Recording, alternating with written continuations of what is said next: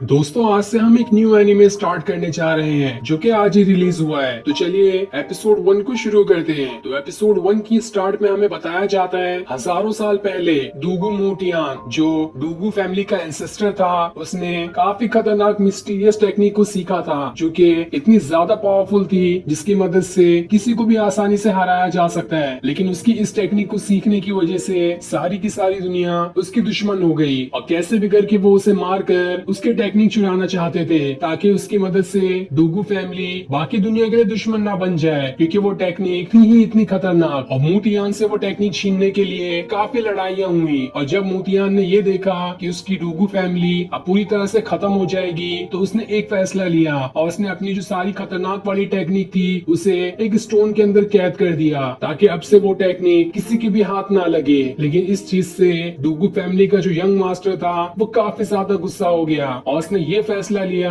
कि वो पूरी की पूरी दुनिया को ही खत्म कर देगा जिसने इस डूगू फैमिली को बर्बाद करने की कोशिश की है। मोटियान ने यंग मास्टर को रोकने की कोशिश की लेकिन तब भी वो नहीं माना, जिसके बाद हम मोटियान और यंग मास्टर के बीच हो रही फाइट को देखते हैं जहाँ यंग मास्टर तो मोटियान को उसे रोकने की वजह से उससे भी फाइट करना शुरू कर देता है। लेकिन मोटियान उसके सामने ज्यादा पावरफुल था इसलिए वो उसके ऊपर एक खतरनाक अटैक करते हुए उसे वहां से बहुत दूर फेंक देता है, जहाँ तो यंग मास्टर के दोनों हाथ ही गायब हो चुके थे। लेकिन वो दोबारा से अपने हाथों को रीजेनरेट कर लेता है और फिर वो वहां से भाग जाता है। मोटियान की वाइफ दोबारा मोटियान को यंग मास्टर पे अटैक करने से रोक लेती है ताकि इससे यंग मास्टर मारा न जाए, इसलिए मोटियान भी दोबारा यंग मास्टर के ऊपर अटैक नहीं करता। अब हम हजारों सालों बाद का सीन देखते हैं जहाँ पर डूगू फैमिली का एक छोटा सा परिवार दुनिया से छुप कर रहता है, क्योंकि अगर वो दुनिया के सामने आया तो सारे के सारे लोग उन्हें मारकर उनके पास जो वो स्टोन है वो छीनने की कोशिश करेंगे, क्योंकि उस स्टोन के अंदर अब भी वो सारी पावर्स मौजूद है जो कि मोटियान के पास थी। तब डूगू परिवार में एक लड़के का जन्म होता है जिसके हाथों पे कुछ लिखा हुआ था। ये देखकर तो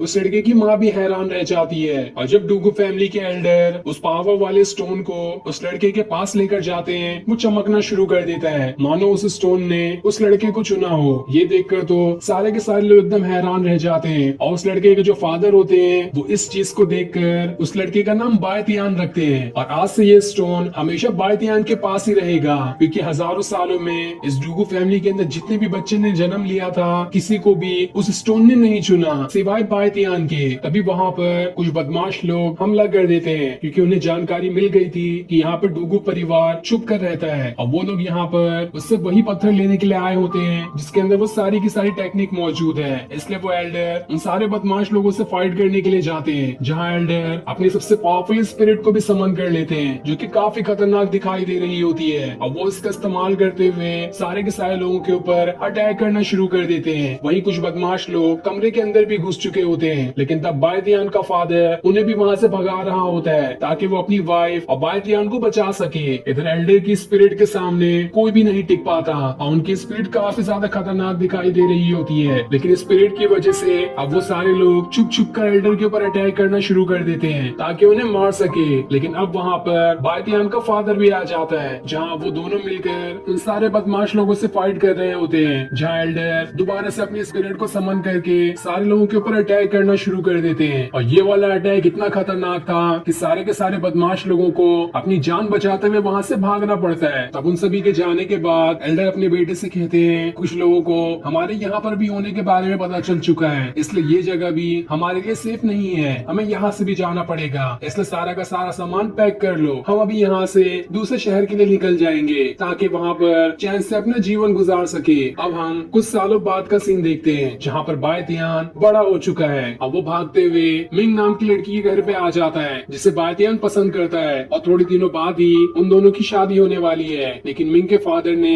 एक शर्त रखी है कि जब तक बायतियान एक पावरफुल कल्टीवेटर नहीं बनता है तब तक वो अपनी बेटी का हाथ बायतियान के हाथों में नहीं देंगे। इसलिए बायतियान काफी मेहनत करता है ताकि वो एक अच्छा कल्टीवेटर बन सके, लेकिन आज तक के वो ढंग से एक लेवल को भी पार नहीं कर पाया है। तब जैसे वो मिंग के घर पे आता है वहाँ पर उसे मिंग का भाई दिखाई देता है जो बायतियान को यहाँ पर देखकर खुश हो जाता है और उससे फाइट करना शुरू कर देता है, क्योंकि उसकी फैमिली का यही रूल है कि कोई भी नया उनसे मिलने आता है तो सबसे पहले उन दोनों की एक फ्रेंडली फाइट होती है। लेकिन मिंग का भाई भले ही यहाँ पर छोटा था लेकिन तब भी वो बड़ी ही आसानी के साथ बायतियान को हरा देता है, क्योंकि वो एक काफी अच्छा कल्टीवेटर है और वो कुंग कुंफू की प्रैक्टिस कर रहा है, लेकिन तब उसका अटैक रोकने के लिए बायतियान वहाँ पर उसी स्टोन को निकाल लेता है जो स्टोन बचपन से उसके पास है। और जैसे ही वो स्टोन को बाहर निकालता है, उसके अटैक से ही मिंग का भाई वहाँ से दूर जाकर गिरता है। ये देखकर तो वो भी हैरान था कि आखिर इतना खतरनाक वेपन बायतियान के पास कैसे आ गया। लेकिन बायतियान कहता है ये कोई खतरनाक वेपन तो नहीं है, बल्कि ये तो बचपन से मेरे पास ही है। मेरे ग्रैंडपा ने इसे मुझे दिया था और कहा था कि चाहे कुछ भी हो जाए मैं इसे अपने से दूर ना करूं।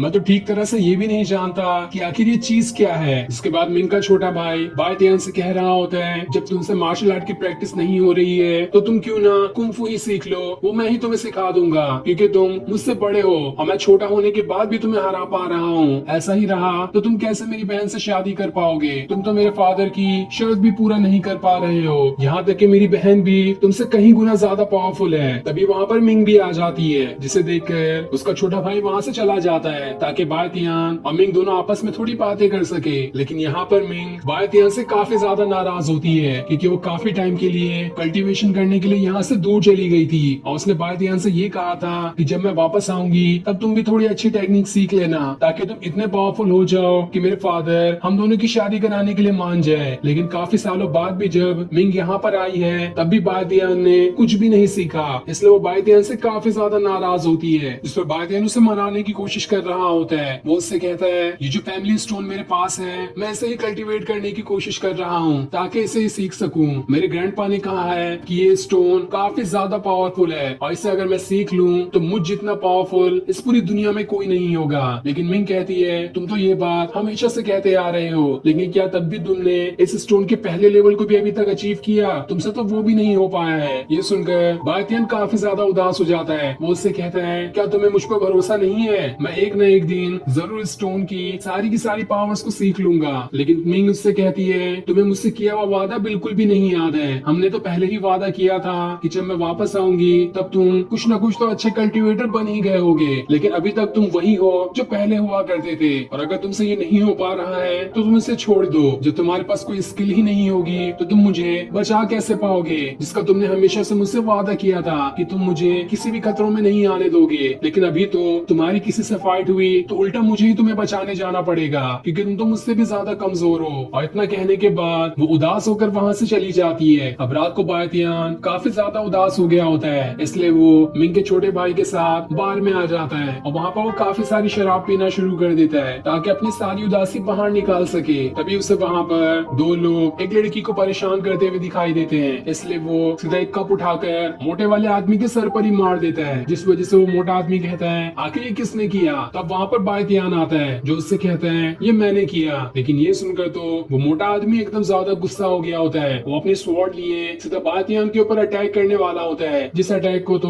बायतियान रोक भी नहीं पाता। और जैसे वो अटैक उसे लगने वाला होता है इससे पहले ही वहाँ पर मिंग आ जाती है जो उस मोटे आदमी को उठाकर वहाँ से दूर फेंक देती है। और अगर वो अभी यहाँ पर नहीं आई होती तो वो मोटा आदमी तो कब कब बायतियान की जान ले लिया होता, क्योंकि बायतियान को तो ठीक से स्वॉर्ड संभालना भी नहीं आता। तब मिंग उस मोटे आदमी से कहती है अगर तुमने दोबारा बायतियान के ऊपर आग भी उठाने की कोशिश की तो मुझसे बुरा कोई भी नहीं होगा। जिसके बाद वो अपनी स्वॉर्ड की पावर्स को एक्टिवेट करना शुरू कर देती है और उसकी मदद से उस मोटे आदमी को वहाँ से उठाकर दूर फेंक देती है। ये देखकर तो वो मोटा आदमी डर के मारे वहाँ से भागना शुरू कर देता है। लेकिन जैसे वो उसकी जान लेने वाली होती है वहाँ पर उस मोटे आदमी का साथी आ जाता है जो मिंग को रोक लेता है और उससे पूछता है आखिर तुम हो कौन और तुम्हारे पास इतनी पावर्स कैसे आई? तब मिंग उसे अपना नाम और अपनी फैमिली के बारे में बताती है। ये सुनकर उस मोटे आदमी का साथी कहता है लगता है हमसे गलती हो गई, किसी गलत इंसान से हमने पंगा ले लिया, इसलिए हमें माफ कर दो, अब हम यहाँ से चलते हैं। जिसके बाद वो अपने साथी को लेकर वहाँ से चला जाता है। जिसके बाद मिंग भी वहाँ से जाने लगती है, लेकिन जाते हुए वो बायतियान से ये कहते हुए जाती है तुम्हें टेंशन लेने की जरूरत नहीं है, अगर तुम्हारे ऊपर खतरा आया तो मैं तुम्हें बचाने जरूर आऊंगी। और इतना कहने के बाद वो वहाँ से चली जाती है। जिस चीज को देखकर बायतियान को काफी बुरा लगता है। वो खुद से वादा करता है कि देख लेना वो दिन जल्दी आएगा जब मैं इतना पावरफुल बन जाऊंगा कि तुम्हें दुनिया के हर खतरों से बचा लूंगा। दूसरी तरफ मिंग एक जगह पर आकर खड़ी होती है। तभी वहाँ पर एक दूसरा इंसान आता है जो मिंग से कहता है आज तो तुमने बायतियान को बचा लिया, लेकिन अगर तुम दोबारा उसे बचाने आए तो हमारा शायद प्लान भी फेल हो सकता है, इसलिए मैं तुम्हें यहाँ पर बस ये सलाह देने आया हूँ कि जहाँ पर भी बायतियान जाए तो हमेशा उसकी मदद करने वहाँ पर मत आ जाना, इससे हमारा प्लान फेल भी हो सकता है। जिस पर मिंग कहती है मैं मानती हूँ कि हमारा एक प्लान है, लेकिन अगर इस चीज में बातियान को आंच भी आई तो देख लेना, मुझसे बुरा कोई भी नहीं होगा। जिसके बाद वो उस आदमी को धमकाना शुरू कर देती है ताकि वो दोबारा कभी भी बातियान के सामने आंख उठाकर ना देख सके। ये देखकर वो आदमी उससे कहता है तो ठीक है, जैसा तुमने कहा वैसा ही होगा, लेकिन हमारा प्लान याद रखना। और इतना कहने के बाद वो वहाँ से चला जाता है। लेकिन अभी हमें ये नहीं बताया जाता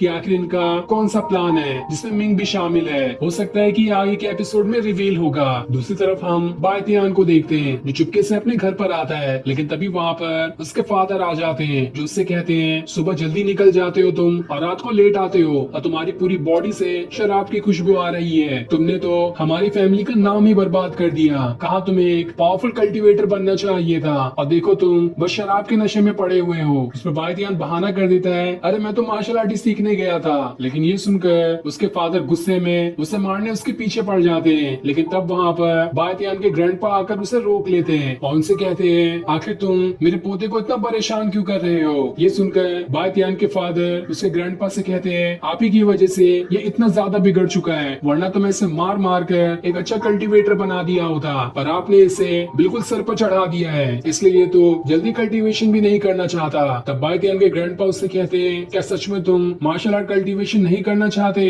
जिस पर बातियान कहता है मैंने कभी इसके लिए मना किया, लेकिन मैं अपनी कल्टीवेशन किसी और से नहीं सीखना चाहता। मैं चाहता हूँ कि आप और फादर मिलकर ही मुझे कल्टीवेशन सिखाएं और हमारी फैमिली की जो भी खतरनाक और मिस्टीरियस टेक्निक है मैं उन सभी को सीखना चाहता हूँ। साथ ही स्टोन के अंदर जितनी भी पावर मौजूद है मैं वो सारी चीजें भी सीखना चाहता हूँ ताकि मैं सबसे ज्यादा पावरफुल कल्टीवेटर बन सकूं। इस पर उसके ग्रैंडपा कहते हैं तो अगर ऐसी बात है तो ठीक है, कल तुम्हें बाम्बू के जंगल में जाना होगा और बिना जमीन पे कदम रखे तुम्हें पूरा का पूरा जंगल रात होने से पहले पार करना है। लेकिन अगर तुमने कहीं पर भी जमीन पे पैर रख दिया तो तुम्हें वापस से जंगल शुरू करना होगा और जिस दिन तुम बिना जमीन पे पैर रखे पूरा जंगल पार कर दोगे उसी दिन मैं तुम्हारी ट्रेनिंग शुरू कर दूंगा और तुम्हें उस स्टोन की सबसे खास टेक्निक सिखाऊंगा। ये सुनकर तो बातियान काफी ज्यादा खुश हो जाता है कि अगर वो उस टेक्निक को सीख ले तो वही पावरफुल कल्टीवेटर बन जाएगा। जिसके बाद तो मिंग के फादर भी मिंग का हाथ उसके हाथों में देने के लिए तैयार हो जाएंगे। इसलिए बातियान अगले दिन से ही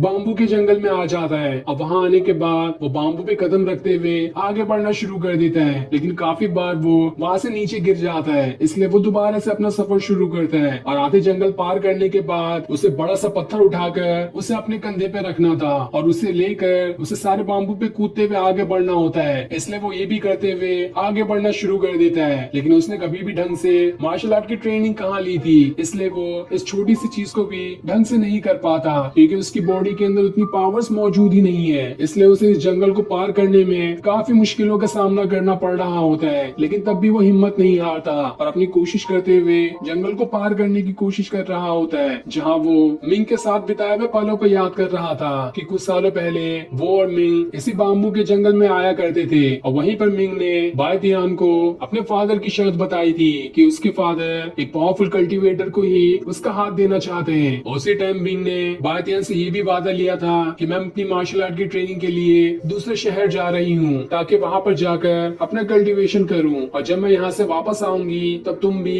इतने पावरफुल हो जाना कि तुम मेरे फादर को पसंद आ जाओ, उसके बाद हम दोनों शादी कर लेंगे। इस चीज को याद करके बातियान दोबारा से अपनी हिम्मत बढ़ा लेता है और फिर से अपना सफर शुरू करता है ताकि वो उस बाम्बू के जंगल को पार कर सके। तब वहाँ पर उसके ग्रैंडपा आते हैं जो उससे कहते हैं तुमने इतना जंगल पार किया यही बहुत है, ऐसे ही तुम अगर मेहनत करते रहोगे तो तुम जल्द से जल्द पूरा जंगल भी पार कर लोगे। साथ ही वो उसे यहाँ पर ट्रिक भी बताते हैं कि किस तरह से वो आसानी के साथ बाम्बू का ही इस्तेमाल करते हुए जंगल पार कर सकता है। इसलिए बातियान अगले दिन दोबारा से अपना सफर शुरू करता है ताकि इस बार वो जंगल को आसानी से पार कर सके और इस बार उसने अपना सफर पूरे जोश के साथ शुरू किया होता है। इसलिए वो बड़ी ही आसानी के साथ सारा का सारा जंगल पार करना शुरू कर देता है और उस पत्थरों को भी उठाकर वो आसानी से जंगल पार कर रहा होता है और थोड़ी देर ही मेहनत करने के बाद आखिरकार वो पूरा जंगल पार भी कर जाता है। तब उसके पास उसके ग्रैंडपा आते हैं। बातियान उनसे कहता है देखो मैंने पूरा जंगल पार कर दिया, अब तो आप मुझे उस स्टोन की सबसे हाई लेवल वाली टेक्निक सिखाएंगे। पर उसके ग्रैंडपा कहते हैं मैं वो टेक्निक तुम्हें सिखा तो दूं लेकिन वो टेक्निक डायरेक्ट तुम नहीं सीख सकते, तुम्हें पहले उस स्टोन के अंदर जो पहले लेवल की टेक्निक है उसे शुरू करना होगा, उसके बाद धीरे धीरे करते हुए तुम आखिरी लेवल तक पहुंच सकते हो। तुम ये नहीं जानते कि मैंने उस स्टोन की पावर्स को कल्टीवेट करने में अपने बचपन से पूरी जवानी गुजार दी और उसके बाद भी मैं पूरी तरह से उस स्टोन की पावर को नहीं कल्टीवेट कर पाया हूँ। क्या तुम ठीक तरह से ये भी जानते हो कि स्टोन के अंदर कितने सारे लेवल छुपे हैं, जिस पर बायतियान बताता है फर्स्ट रेट, सेकंड रेट और third rate martial art technique. उसके बाद first level sub king, second level sub king और थर्ड लेवल सब किंग होता है। उसके बाद किंग लेवल 1, किंग लेवल 2 और किंग लेवल 3 आता है। तब उसके ग्रैंडपा उसे कहते हैं तुम जानते हो कि मैं अभी किस लेवल पर हूँ। जिसके बाद वो उसे अपनी पावर्स एक्टिवेट करके दिखाते हैं और उससे कहते हैं ये थर्ड लेवल किंग के बाद शुरू होता है और मैं अभी एम्पायर लेवल के 1 पे हूँ। तुम्हें इतना ही सीखने के लिए काफी साल लग जाएंगे, इसलिए तुम्हें जल्द से जल्द अपनी ट्रेनिंग शुरू करनी होगी। ये सुनकर तो पायतियान भी एकदम हैरान रह जाता है और फिर ये सीन दिखाते ही ये एपिसोड यहीं पर एंड हो जाता है। Thanks for watching.